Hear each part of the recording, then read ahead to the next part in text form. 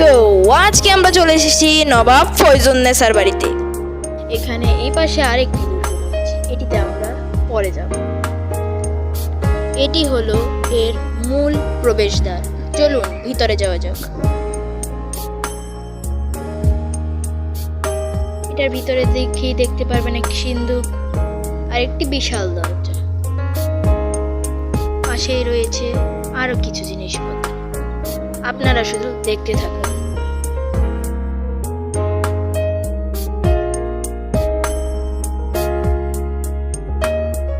এই সবগুলোই হলো খাবারের জিনিসপত্র।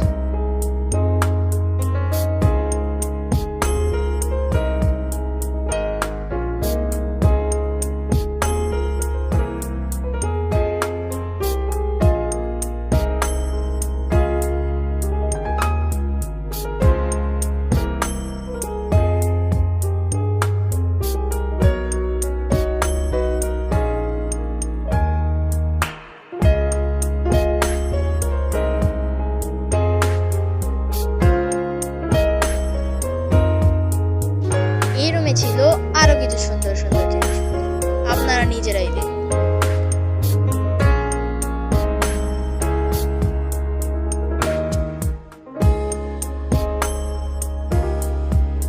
এই সবগুলোই কিন্তু খাবারের জিনিস,